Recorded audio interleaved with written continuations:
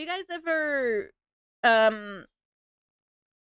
on like Uber or Skip the Dishes, Ubereats, DoorDash, seen anything called a ghost kitchen?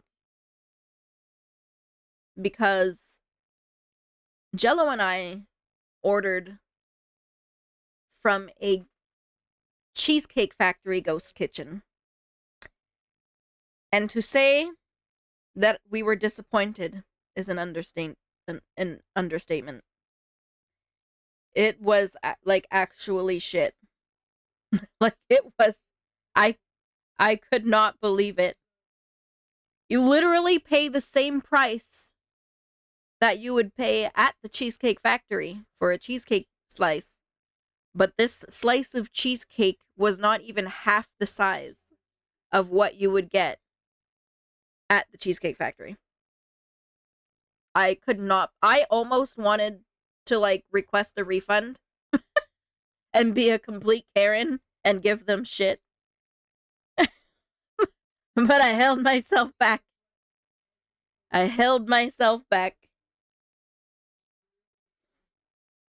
Oh man, it was really disappointing. So yeah, when I seen this video, I was like, "Oh, I want to watch it." It is called The Deceptive World of Ghost Kitchens. So yeah. Let's see. As the 2020s have progressed, delivery apps like Uber Eats, Postmates, Grubhub, and DoorDash have exploded in popularity. And if you use these apps frequently, you've probably had an experience just like me since COVID started. You're not in the mood for anything particular that night, so you scroll through restaurant after restaurant looking for something that'll catch your eye. Oh my god, I hate when this happens. Literally, it has happened to me where I'm like, oh man, I don't know what I feel like. So then I just doom scroll on Uber Eats. And then I don't find something sometimes. So then I'm just like, oh, whatever, I'll just starve. And one restaurant finally does. But not because it's what you're in the mood for. It's because something about this restaurant feels off. The app says it's 0.1 miles away, but you don't recall ever passing this store or seeing its storefront. And the pictures on the app don't look like a local restaurant near you. They almost look like stock photos. Even the restaurant name doesn't seem like a local family restaurant. It feels like something that would be on a neon sign in a white millennials taco restaurant. Something like Taco Bout It, or Love Tacos, or You're Tacoing Me Crazy. Now, some people might already be aware, as I was, of what these restaurants are. But when I decided to make a video on it, the rabbit hole kept sinking deeper and deeper. So, see, I didn't know. I've never used Uber Eats. What? I don't know what I was thinking when I seen the ghost kitchen of the Cheesecake Factory. I was kind of like, well, okay, maybe it's kind of like a small Cheesecake Factory kitchen that they rented out, and they make their stuff there and deliver it. So I don't know. I'm dumb, maybe, and I thought that they would deliver an actual Cheesecake Factory cheesecake. Today, I want you to follow me down this rabbit hole of food and restaurants. But I must warn you, it's sticky. So bring a baby wipe or some hand sanitizer, or stand next to the sink and keep washing your hands. Oh gosh. Refund? No, I should have probably complained and asked for a refund, but I just didn't want to deal with it.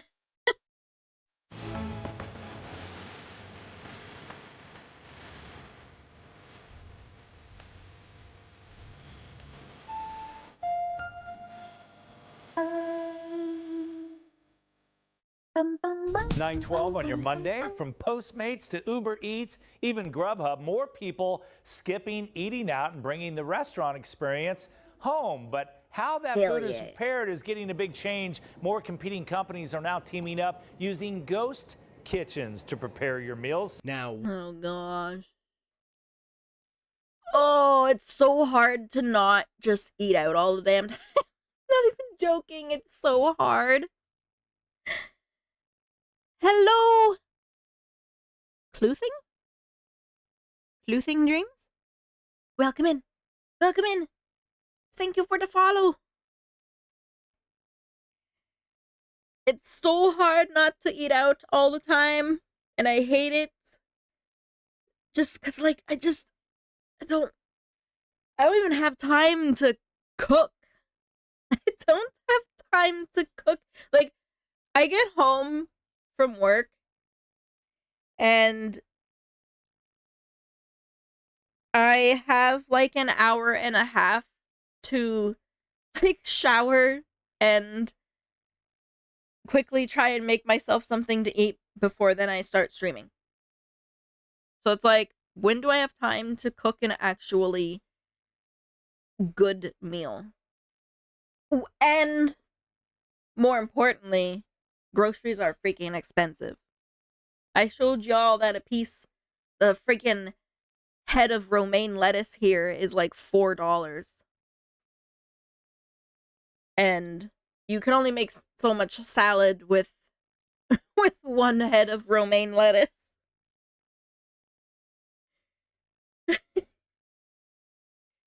And then like, oh, it's ridiculous. What is a ghost kitchen? Well, the definition can be a little bit broad and too general because the business model is very new and ghost kitchens come in a few different forms. But in YouTuber fashion, I have the Google definition. So apologies, I'm going to sound for a second like a 8th grader giving a book report. The Google definition of a ghost kitchen is a business operating from low rent or non-commercial premises that prepares food ordered online for delivery directly to customers. Okay. Which is a true definition, but also doesn't sound like anything specific to me or give me a clear picture of what their business is. However, as I've been researching this video, I've boiled down ghost kitchens coming in mainly 3 different forms. Some take place in something called a virtual restaurant kitchen. Others make their food in mobile trailers, and some are in existing restaurants. But I want to start with virtual restaurant kitchens. So a virtual restaurant is a restaurant that exclusively sells through delivery apps. The actual building it's made in is a virtual restaurant kitchen that houses many virtual restaurants. And nothing showcases one of these places better than this TikTok I found from a guy named Clayton who is delivering for Uber Eats. So this— What the hell?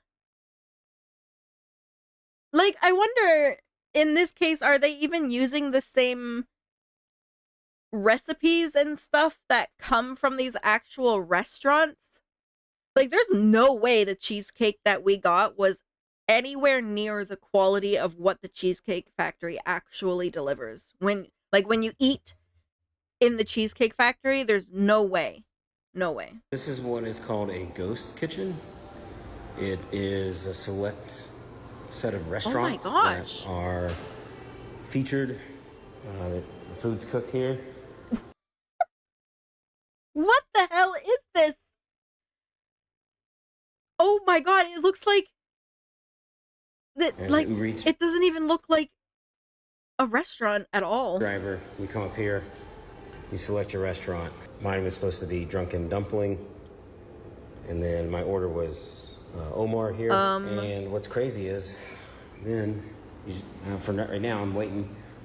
There's your order board, and then once that's ready, one of these lockers will unlock, and the food will be ready. What? And this will become our future. Oh my gosh. It looks like a gym. It looks like what I would expect, like, when I'm going to the gym or something to do a workout. Like, not where my expensive food is coming from. I mean, it's already our present, but this will become like all food. Great.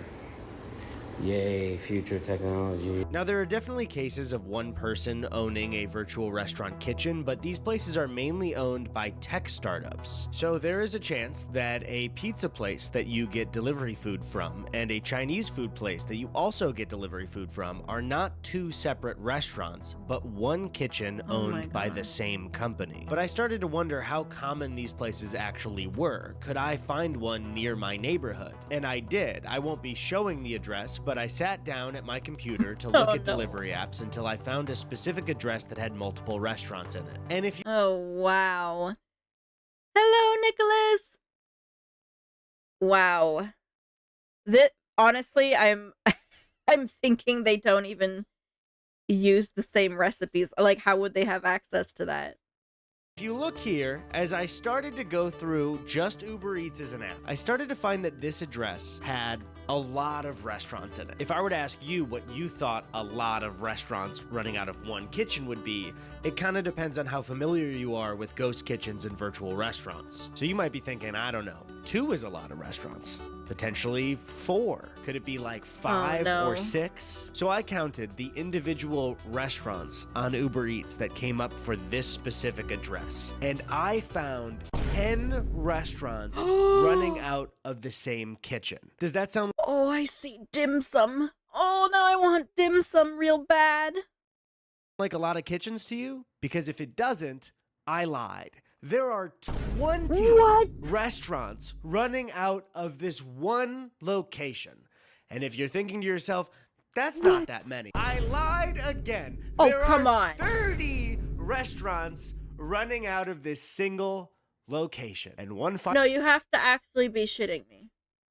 Oh my final god. time, I lied again. There are 44 restaurants on Uber Eats that all share this one address. And you have What? No freaking way. How? Sounds like a huge risk of cross-contamination and just straight-up health code violations. Yeah, like... Oh my god. We're watching a thing about ghost kitchens on, like, Uber Eats and stuff. Oh my gosh. Or, like, as we seen as he was walking through that place, it looks like they have, like, rooms for, like, individual kitchens. But, like, oh my god, it's not even coming from those restaurants. It's almost like you're... What is it? Like, you're paying for the friggin' fake Prada bag. Or something. Oh my gosh. And then they're charging the same price, and it's not even the same quality or the same quantity either. food places ranging in completely different cultures and food types. There's a dim sum place, there's a curry place, there's burger places, pasta places, pizza places, chicken and waffles, taco places. And this was actually discovered by my girlfriend Chrissy. She started looking at individual menus in this one location and finding that some of the items looked really similar. So I picked a random item from one of the restaurants that was featured here. It's a restaurant called The Codfather, and I found a beer-battered cod sandwich for $16.95. And right here it says in the description, it is a beer-battered North Atlantic cod, slaw, red and white cabbage, lemon herb aioli, and a brioche bun. So I looked at another obvious choice at the same address, at Sunset Beach Fish and Chips. And would you look at that? There's a beer-battered cod sandwich for $16.95. That is a beer-battered North Atlantic cod, slaw, red and white cabbage, lemon herb aioli, and a brioche. What? They copy and pasted. They even use the same picture and everything. Bun. Interesting. Two separate restaurants on Uber Eats, appearing to be completely separate businesses, selling the same item with the same description for the same price. Oh, it didn't look like the same picture, just very, very similar.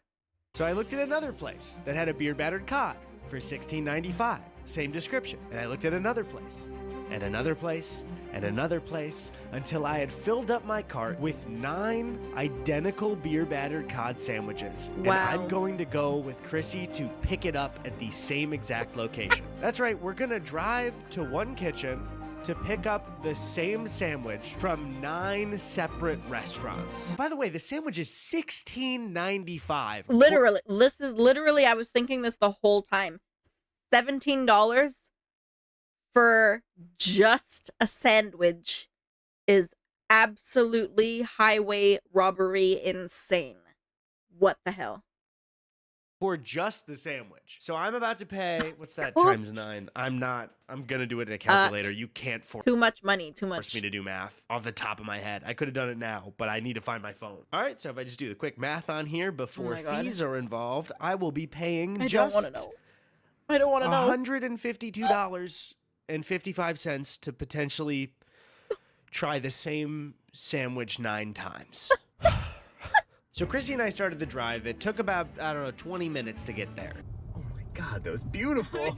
When we pulled up to the restaurant, it had the name Chibo. What confused me is that when you look it up, Chibo is a local restaurant in LA. It's been open since 2002, I believe. But when you look on Google Street View, the storefront used to say Virtual Dining Concepts, which is one of the startups in the ghost kitchen industry. Now, to be honest, as we walked up, I was a little bit nervous because I don't think one of their regular employees would care, but I also doubt somebody has ordered from 9 different restaurants with the same item. The order kind of makes it obvious. Yeah. Can you imagine getting that order, or you're just sitting there like, well, this seems like a pretty odd order. 9 cod sandwiches from 9 different restaurants is not suspicious at all. Obvious what I'm doing. So I walked up to him and said, Hi, we're picking up for like 9 orders under Eddie. and the guy was like, oh yeah, no problem. Do you want me to put it all in one bag? Is that okay? So we waited for a little bit. Here's us waving, just in case we're saying hello to you, specifically Hello. watching. We're waving to you. And then Hello. finally, we got the order. So I gotta get home. it seemed so casual. They did not care that we ordered from 9 different places and it was the exact same one. So we drove back. No, why do they care? It doesn't matter to them. Bags in hand, left bag hanging lower than the right bag. But before we bust these bags wide open, a quick word from our sponsor. Thank you all for coming to this press briefing today. As many of you already know, I am now the president of the United States. Hell yeah. Because Joe Biden lost to me in a wager match of Overwatch 2. Let's now go. That I'll be traveling and doing business all over the world Eddie for because president. I'm the new president. Our sponsor today, Babbel, is perfect. Babbel is one of the top language learning apps in the world. Its intuitive lessons help you learn a language through real-life conversations. Lessons are designed by real language teachers, and Babbel offers a 20-day money-back guarantee. Joe actually just texted me that he got the app, and he has a little voice message to share with the country. Lo siento, soy tan malo. Oh my I god. bet, Joe. I bet. We're friends. Babbel also teaches real-world conversations. Lessons prepare you to have practical conversations about travel, business, relationships, Overwatch 2, and more. If you're going to travel to a country or experience a culture in any way, the best thing you can do is learn their language ahead of time. So click the link in the description for 60% off your subscription. And that's coming from me, Eddy Burback, President of the United States. Now back to the video.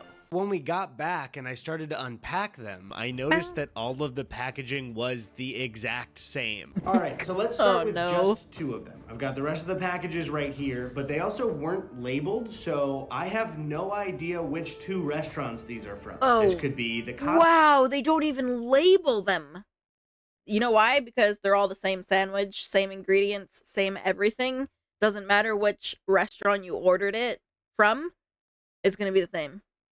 Father. This could be Sunset Beach. This could even be Burger Bitch. What are these? The Codfather and Burger Bitch. First one is in this wrapping. Here's the I mean, it looks good. It looks good. This looks like a good fish sandwich. It does. These are 2 different fish sandwiches from 2 different restaurants. No. Incorrect. They are the same. They're the same. Actually, you know what? They are different. Like, do you see how this one's actually a square? The fish fillet here is actually a square. And this one's kind of like broken in half. So yeah. They're different. Legally, I do not want to say that these are the same sandwich. No. So I won't do that. No. Definitely not. You think that covers me? The bun feels cheap for $16. Oh yeah. It's good. I now know what this fish sandwich tastes like. Legally, I don't want to say that this is the exact same sandwich, but my taste buds are saying this is the exact same sandwich. Then we decided to take every single sandwich out to show them all at once. What we are No way! I called it! Oh my gosh! Nah, they're all different. They're all different. This one, look at all the bubbled batter on this one. This one has less coleslaw on it. This one looks like a chicken wing. This one has the sauce slipping on the side. are looking at here are 9 sandwiches from 9 restaurants that all claim to be different businesses when you look at them. And I decided for science I was going to take a bite Wow. of every single fish sandwich and give a thumbs up if it tasted similar to the last one. Now, as I've aged, I don't do as well with greasy foods, specifically something like a fish or chicken sandwich. And I can't tell Damn. you the toll that this took on my body later that day. Oh, I no, didn't I feel sort of called out. 'Cause same.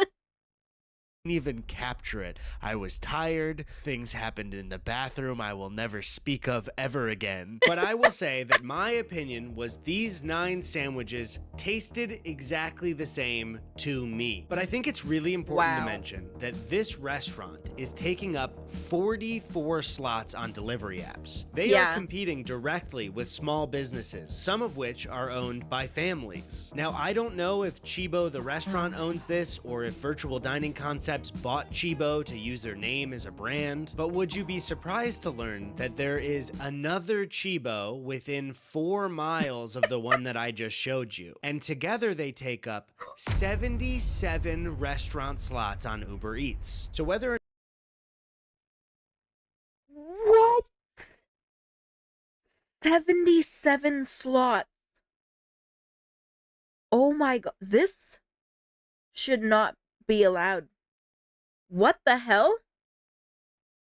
They're taking all the business from other businesses, from actual freaking businesses. I am I am kind of at a loss for words here. What the heck? Bro, I'm going through my Uber Eats. I'm going through my Uber Eats and I'm going to make sure that I never order from any of these restaurants ever. or not Chibo is its own Sorry, quote unquote restaurants. new company or just a front for Virtual Dining Concepts, I want to take a second to talk about VDC. Virtual Dining Concepts, or VDC, is a major ghost kitchen company. And when you go to their website, they have a collection of brands that they work with. You have MrBeast Burger, which we will talk about later. You have Phase Subs, which finally answers the question, can my sandwiches just be made by gamers? But as I was reading the brands, something caught my eye. NASCAR Refuel. So I clicked on it and it opened up NASCAR Refuel Wings, and you could go right to their website. So clearly, NASCAR Refuel is a NASCAR themed ghost kitchen that sells primarily bone-in wings. Now, if you go to the full menu, you can see that they offer 5 flavors. We've got barbecue, we've got honey garlic, we've got sweet chili, Cajun, and buffalo. My tummy's already rumbling. Is that a magnitude 7 earthquake in California? No, that's just my tummy for NASCAR wings. They even come in this fun little NASCAR box, so you know the food's gonna get to you fast. So that Oh, yeah. They put it in that fancy box so they can like upcharge you an extra $5. And I thought, you know, if VDC can let NASCAR make a unique wing place, this place can't be that bad. By the time food arrives to your table at a restaurant, you know, the people who have made the food have already jumped through a ton of hoops. The person who created the business already had the idea to create a restaurant,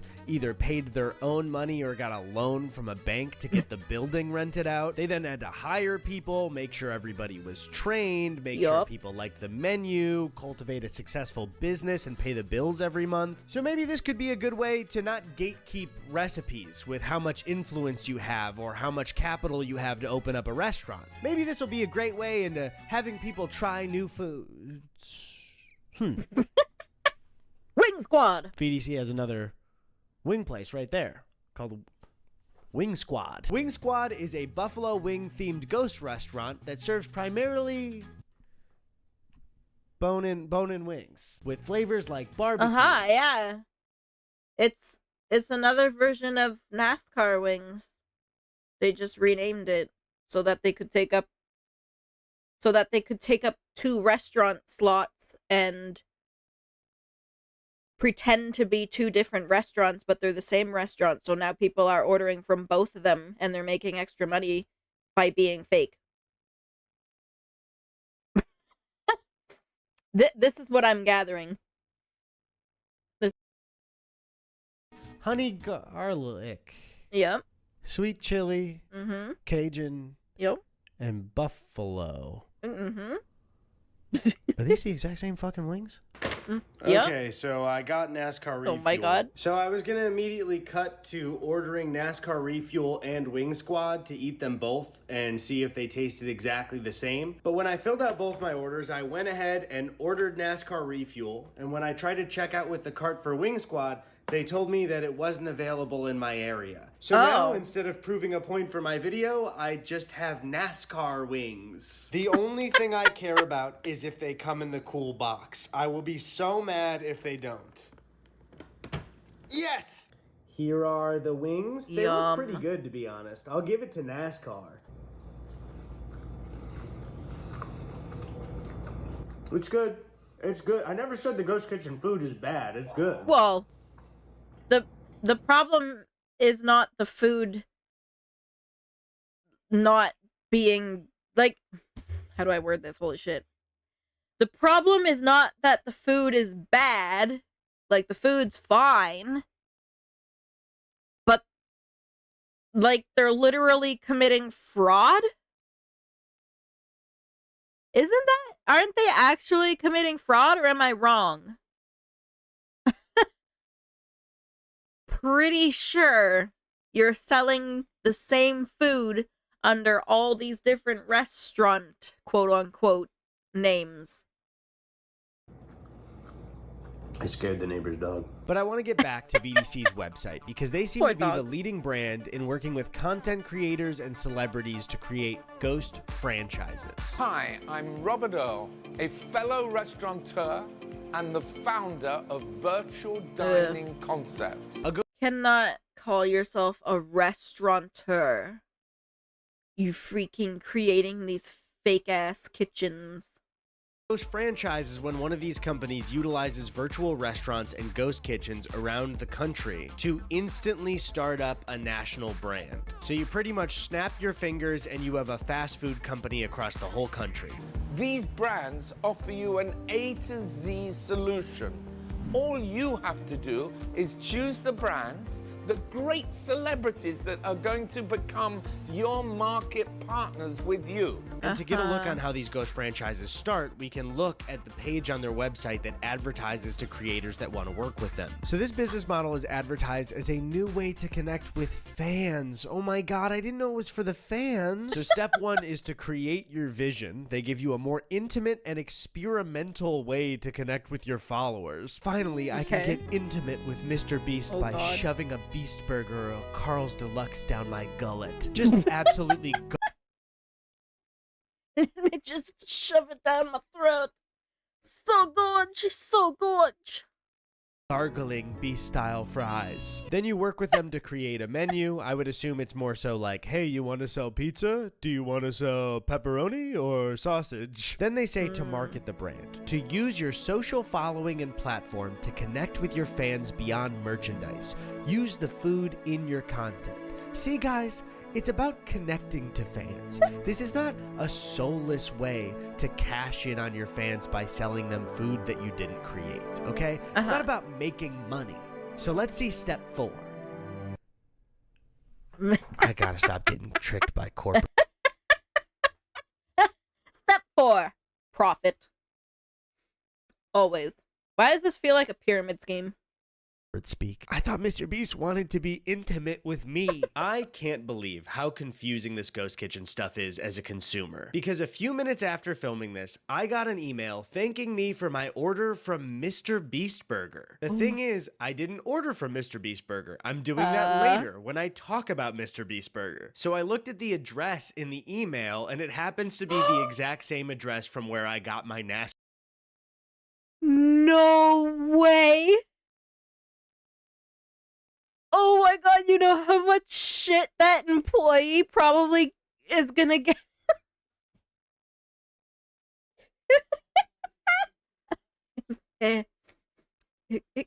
Excuse me, sir. I accidentally sent a MrBeast email to someone who ordered from the NASCAR refuel. You did what? What did you just do? Freaking literally outing them. Literally outing them for being completely fake. NASCAR refuel wings. So they just thanked me for ordering from a completely different restaurant. And when I looked up the address, it just gave me Universal City Walk, which is the big mall outside of Universal Studios Hollywood. It didn't even match up with one of the restaurants there. It just looked like a vague point on one of the buildings. Did they make my wing? Pink's hot dog. What the hell? Voodoo donut. Menchie's frozen yogurt. I've had them, they're okay. Wings in Universal Studios? Did the Minions make my wings? It seems like VDC can't even keep track of their own virtual restaurants. But if you're a content creator or a celebrity that thought it would be a cool idea to open up your own fast food brand, that doesn't inherently make you the devil. I mentioned 3 types of ghost kitchens before, and one of them is existing restaurants. Now these restaurants can be major chains or small businesses, and running these virtual restaurants out of a small business might help them keep the lights on. That additional revenue could be a lifesaver for them. The thing is, as I've been looking up stuff for this video, I would frequently get so lost trying to keep track of all the virtual restaurants. It would be hard to count how many virtual restaurants are in one location or where a virtual restaurant was located. Sometimes I would look up MrBeast Burgers in my area, and when I went to the street view, they just didn't exist and also didn't have an address listed. And that's when I started to think, if I'm spending all day just trying to locate certain restaurants, how the hell are they doing health inspections for these places? They are not doing health inspections. That's the answer to that. There is 0 health inspections going on in these places. Like, ugh. And that's when I stumbled on an article called "Do You Know Where Your Chicken Wings Come From?" by the Boston Globe. The article centers around the challenges that ghost kitchens have added to health inspection agencies in Massachusetts. Frequently, it seems that health inspectors in Massachusetts will find out during the health inspection that they're running multiple restaurants out of the same kitchen. Lexington's health director Joanne Bellinger even said it's like smoke and mirrors or a shell game. We license this particular restaurant, but on the side, they're running 6 or 7 other things. And they're constantly getting surprised by this because the article states no one knows how many such operations are running in Massachusetts or nationwide, as there is no central entity that tracks them. And when health departments can't track where food is coming from, it makes it near impossible to track where a foodborne illness starts. Some defenders of virtual kitchens might say, well, if you have a kitchen that passed a health inspection, what's the harm in adding a virtual kitchen? You already passed. But what if you know, like, just the fact that they're taking business from other actual businesses, that just infuriates me enough already. That honestly alone makes me mad enough. They should just shut these things down. They should just shut them down. Like, my mind is blown that this is even being allowed to continue operating. Yeah, cross-contamination. You're working with 5 million different foods. There's no way. You know how many times that you would have to, like, if you have to prepare something like a pizza and then your next order is something that's like gluten-free or something, like, you would have to like clean that whole kitchen so much, and nobody's doing that. Nobody's doing that. Nobody can convince me that anyone working in these places will actually take the time to do something like that. There's no way. People don't give that much of a shit. If your new virtual restaurant menu adds an allergen that your original menu didn't have, you now need to be inspected again to make sure you're not cross-contaminating and feeding somebody something they're allergic to. And not only is the FDA struggling nationwide to keep up with this technology, in spring of 2022, Needham's health department encountered a Thai restaurant that the department had closed for repeated health violations that then opened up as a virtual Thai restaurant under a new name. Wow. And this isn't just Massachusetts. ABC7 Chicago discovered something similar in their reporting. But what if your food comes from a restaurant with health violations? The I-Team found restaurants with some of the most serious violations. The Buffalo Wild Wings on 513 West Taylor Street near the South Loop houses the ghost restaurant Wild Burger. The restaurant had recent failing inspections with violations including 100 fruit flies through— Oh, that's gross. 100 fruit flies. Ew. Like, the employees would be inhaling them as they're working. That's gross. That's gross. Throughout the establishment, and no soap at a hand washing sink. In follow-up reports, the restaurant fixed violations and passed inspection. It's really just a snowball with ghost kitchens, because this problem also opens up a new problem, which is major restaurant brands pretending to be smaller businesses on delivery apps to get more business from you. Next on our list of fake-ass restaurants, you can tell. Look at the graphics. It's obvious. Super Megadilla and Thrilled Cheese, those are both IHOP. Thrilled. Enjoy your fruit flies, Kitsuya. Enjoy them fruit flies with extra protein. Both of these have the same address and it's IHOP. I want to know is how the fuck am I supposed to eat that as a fucking quesadilla when it's a full-blown fucking avocado and a full-blown fucking chicken tender? I can't believe that IHOP would do this. What the hell? How do you serve that? How do you live with yourself and serve something as shit as this? I could not do that. I could not do that. Surely no other major brands have done the exact same thing. Maggiano's Italian Classics. This comes from Chili's. It's Just Wings also comes from Chili's. Tender Shack comes from Outback Steakhouse. So I guess we have a new problem to worry about. Oh my god. So, wait. So if this is a if these are operating out of a restaurant. So, let's say the Shoeless Joe's restaurant has these other restaurants operating out of them. Does that just mean that the Shoeless Joe's is just faking these restaurants?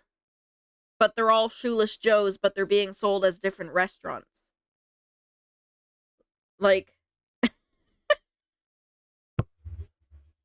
sometimes the virtual restaurant isn't even real, and sometimes I guess now it's Chili's. Yeah. I've been researching for this video for around 2 months now, and I feel like I'm going crazy. Because anytime I'm confused or I see something deceiving and I pursue it, I get even more confused and sometimes even more deceived. However, yeah, it's called gaslighting. Because that's what they want to do. So that they can keep making their money. There is one thing that I am certain of. Every single day, I have researched or filmed or gone to get food from one of these ghost kitchens. One virtual restaurant will make itself known at least once. A ghost franchise that is so popular that any YouTube-addicted 12-year-old would know the menu by heart. In this story, I'm the beauty, and this restaurant is the beast.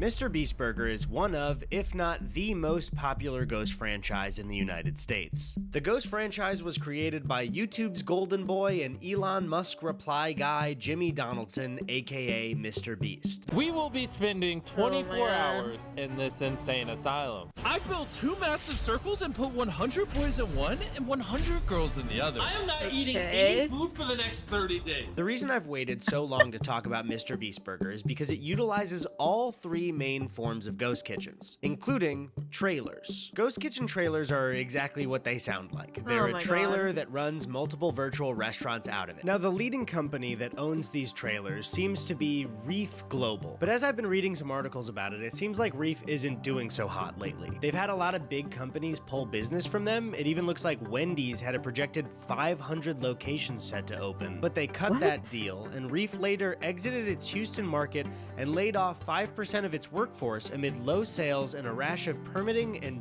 safety violations. Let me just look up what safety violations there are. Okay, so I just found this Wall Street Journal article called "Ghost Kitchens Are Proving to be a Messy Business as Reef Global Shows." Yeah, just shut them down. Shut all of them down.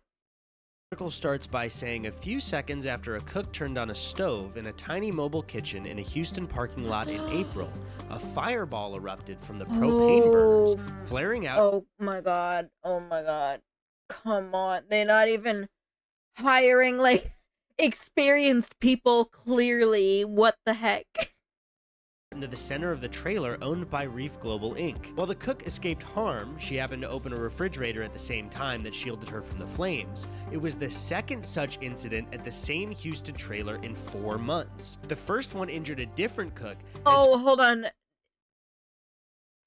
Let me rephrase that, because I don't think it's that they're hiring not experienced people. These are the safety risks that they're talking about.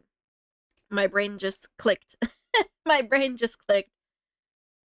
Wow. Just wow. Flames scorched her face and gave her... Oh my gosh.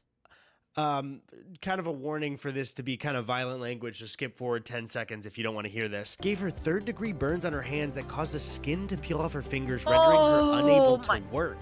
Wall Street Journal. Did you hear how bad her hands got burnt? How can she work? How can she contribute to the company? A similar fireball in San Francisco injured another Reef employee in the spring, according to the former Reef managers briefed on the 3 incidents. And on top of that, there's also an insider article about leaked Reef emails, where they're talking about nearly a full year of complaints from MrBeast Burger, where customers were served uncooked chicken and raw burgers. This is not directly MrBeast's fault.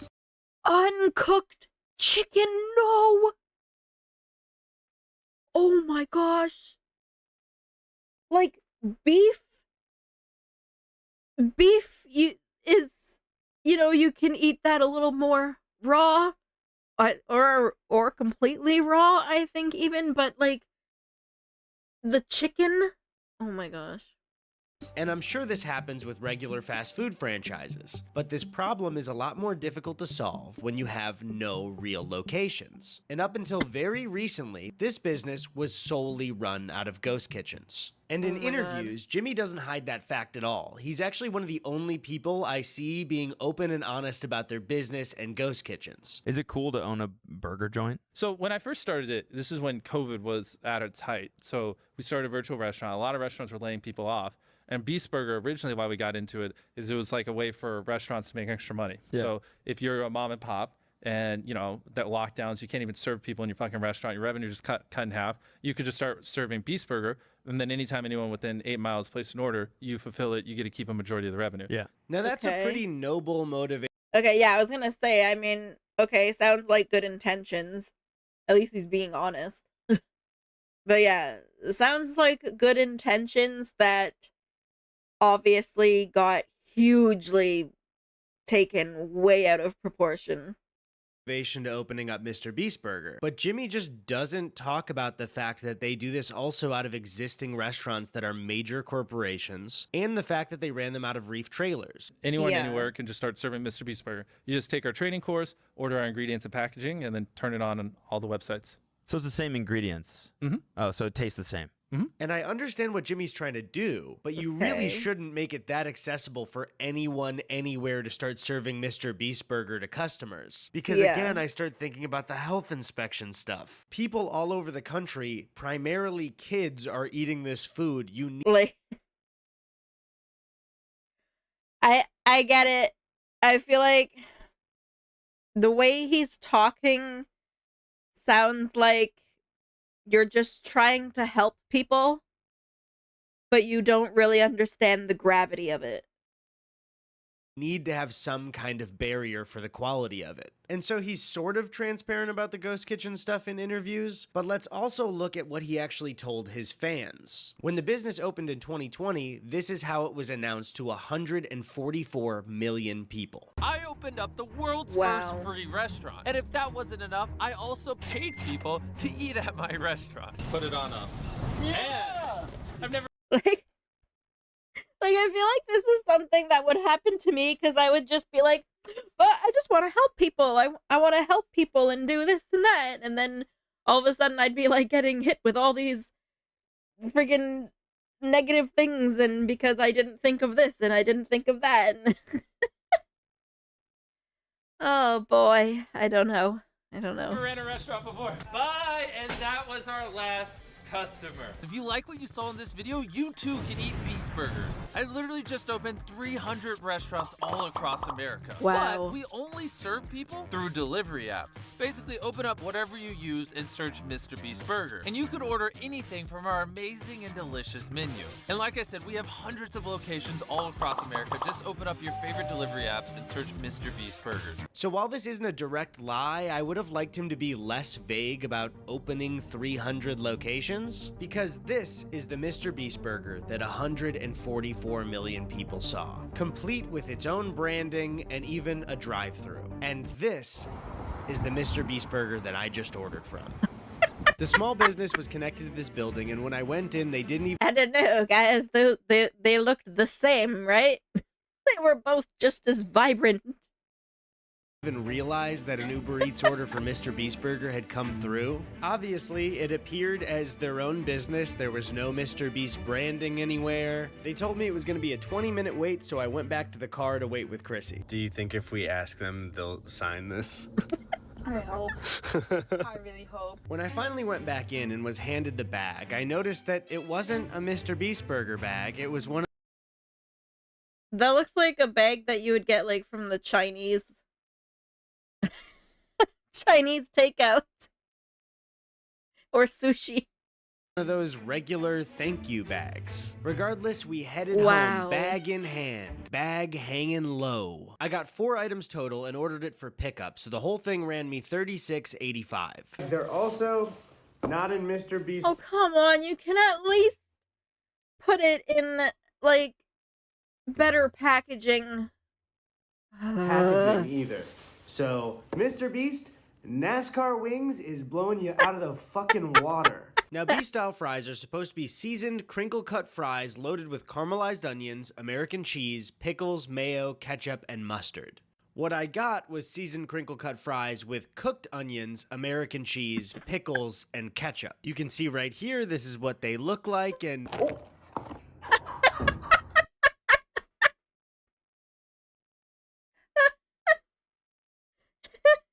His wife in the background, I'm dying.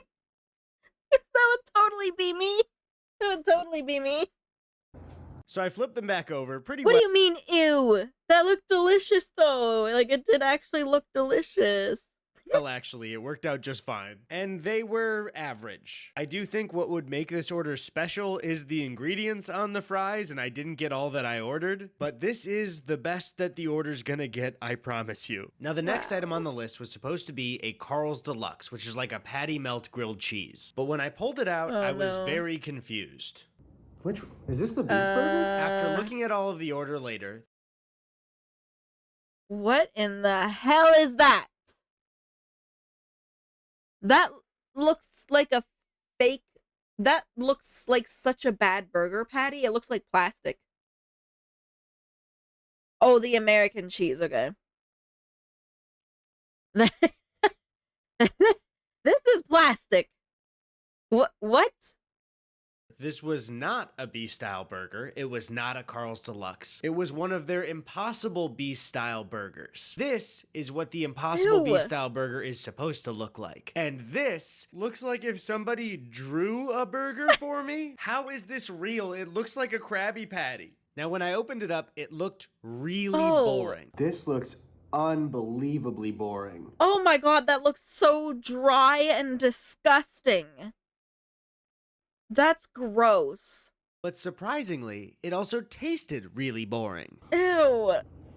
This tastes like a cafeteria burger. The Impossible Burger is supposed to be smashed, crispy Impossible patties with house seasoning, American cheese, pickles, diced white onions, mayo, ketchup, and brown mustard on a toasted bun. What I got was an Impossible patty, American cheese, shredded lettuce, and a tiny bit of ketchup. There's no sauce on it either. There's just... I'm gonna cry for them.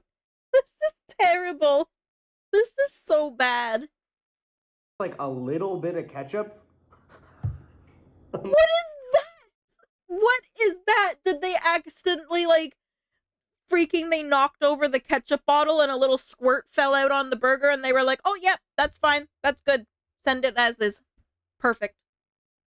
The bun? The bun was way cheaper than the one looks in the photo. But also, if you examine the meat in the Impossible photo, it looks nothing like this. So what the hell did I just eat? Next up was the crispy chicken tender sandwich, and this one is an easy layup. Everybody knows what comes on a chicken sandwich. It's just chicken, the bun, mayo, pickles, and lettuce. I was really hoping I would have a positive experience, but all of the ingredients just feel really, really cheap. Like, it just... This doesn't look like a satisfying chicken sandwich. I don't know.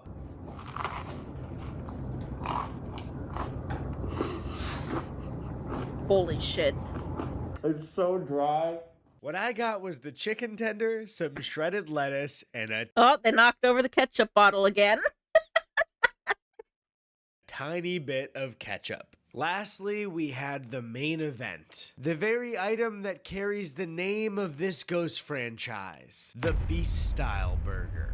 And man, this one kind of pissed me off because I ate it. And while I've been editing it, I noticed that the camera got a better angle of the meat than I did. What man, the hell? This is supposed to be a smash burger. What the hell is this? Now, when it comes to MrBeast Burger, do I think that Jimmy was intentionally trying to mislead people in his video? Or that he ever wanted to serve people uncooked beef? Wow. No, of course not. Jimmy is a little bit younger than me. I think he's like 24, but he's also CEO brained, so I'm pretty sure he doesn't give much thought to anything but making the biggest videos in the world and growing his company. Yeah. However, I will say that the quality of that food was really bad. That was probably, no exaggeration, the blandest fast food I've ever had in my entire life. So I think my one piece of advice to MrBeast that he's not going to listen to because I have less subscribers than him is just give a little bit more thought into the businesses that you're running, because the ghost kitchen stuff is really like the Wild West of food. And there are a lot of really young, impressionable people watching what you do, so you just got to be a little bit careful with the businesses that you run. But that really got me thinking about the psychology of the ghost kitchen business. It really seems that a large form of this business is based on deception.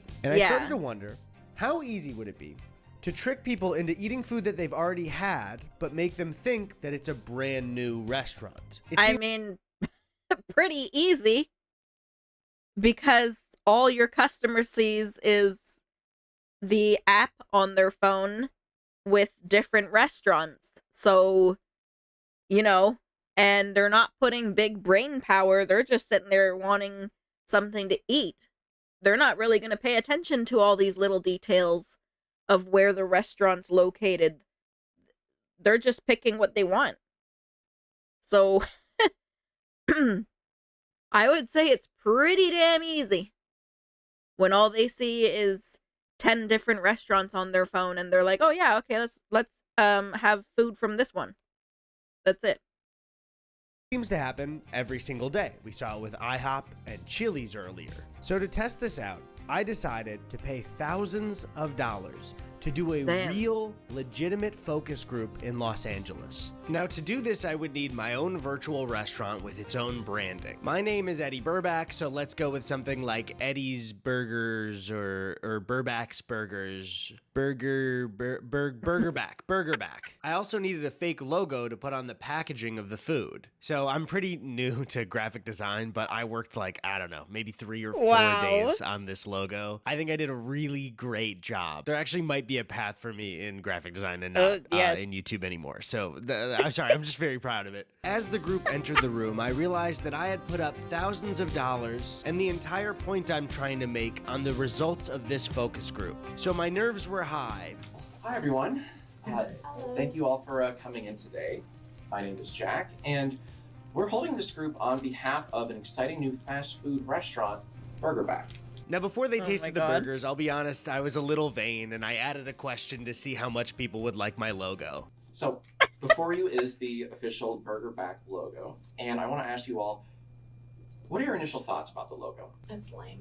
It's lame? She was brutal. There was no hesitation. Absolutely zero hesitation to just demolish it. It's lame. Be honest. No, we want that. It's okay, Eddy. It's okay. It's a beautiful logo. It's beautiful. It's kind of bland. I would Bland, okay. It reminds me of The Simpsons. Kind of. Oh, that's Simpsons. good. Interesting.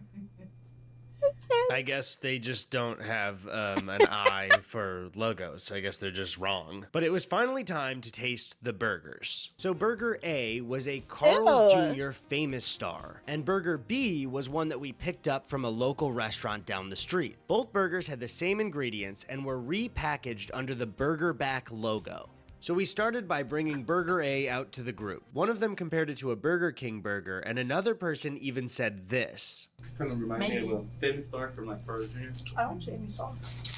You said what from Carl's Jr.? The famous star. Oh yeah, you're right. So he said it reminded him of a Carl's Jr. famous star, but he didn't say that it was a Carl's Jr. famous star. And then Burger B from LA Tavern was brought out to the group. It was immediately clear that they liked this burger much more than the last. I feel like with the bread on this one, it's a better bite. They thought the Carl's Jr. burger was bland, but the one from the local restaurant seemed to be a hit. After tasting both burgers, we asked the group to identify which one they thought was a fast food burger and which one they thought came from a local restaurant. One was fast food. Yep. I think. One was fast food, and you think this one is the family owned? It feels more homemade. Yeah, I agree. Yeah.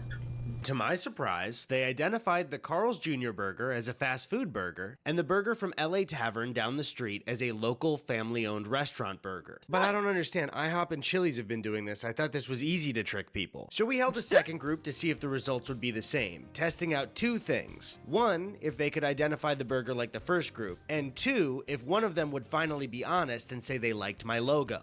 And I just wanted to ask your honest opinion. What do you think about the logo? Honestly, basic. Basic? Okay. I don't get the name of it. I need more context. All I think is bar back. Like when it was like, what's a burger back? Kind of generic. Okay. Cool. Yeah, it's a focus group, so they're gonna give their honest opinion, and sometimes people's honest opinions can be wrong or dumb or bad or wrong and bad and stupid and hurtful and mean. And after that, the focus group went the exact same as the one before it. They all unanimously voted A for fast food and B for local. So the second one I think is from the local. Is that kind of everyone's thought here? So even though nobody stopped during the taste test and said, I think this is a Carl's Jr. burger, I think you're lying to me, I may have wasted thousands of dollars in disproving my own point. It seems that ghost kitchens aren't that deceiving because people can tell the difference between what's a fast food burger and what's a local chain burger, which is a huge bummer because I feel like I put the whole point of the video on this focus group and now I feel like I've been proven wrong. But like, I feel like the difference there is they were eating the 2 different burgers back to back versus when you order it at home, you're not having that comparison. So either you wouldn't obviously taste the difference because you're only having one burger rather than in his test there where they were tasting them back to back. Or, you know, you get your meal from this place that you ordered, and, you know, it's a disappointing meal, and you don't really put much thought into it. You're like, whatever. Like me, like, I just didn't want to deal with it, so I just kind of let it slide, and I just never ordered there again. I don't know. That's what I think. People probably just don't want to deal, and they're just like, oh, well, that was disappointing. We're just not going to order there again. Or maybe I lied. Oh! Because while Burger A is a famous star from Carl's Jr., LA Tavern is not a real restaurant. Oh. In fact, that photo you saw was a random building that I picked off of Street View. And the focus group did not correctly vote between what was a local restaurant burger and what was a fast food burger, because Burger B was Jack in the Box this whole time. Oh. Both focus groups tasted 2 fast food burgers and incorrectly said that one was from a local restaurant. Wow, I can't believe he lied to me. Never watching again. So I think it's pretty clear that I made everyone in that focus group look dumb. Now, obviously, I'm joking, because they aren't dumb. I lied to the people in that focus group about the food they were eating, and they believed me. And I also lied to you about the food I was feeding them, and you believed me. Because it is not a person's job when they pay for food to investigate whether they're being lied to or not. Oh my god, we're all being gaslit in this video. What the hell? You guys know what's going on? I don't know, I'm confused. Misinformation. Hello, Slasher!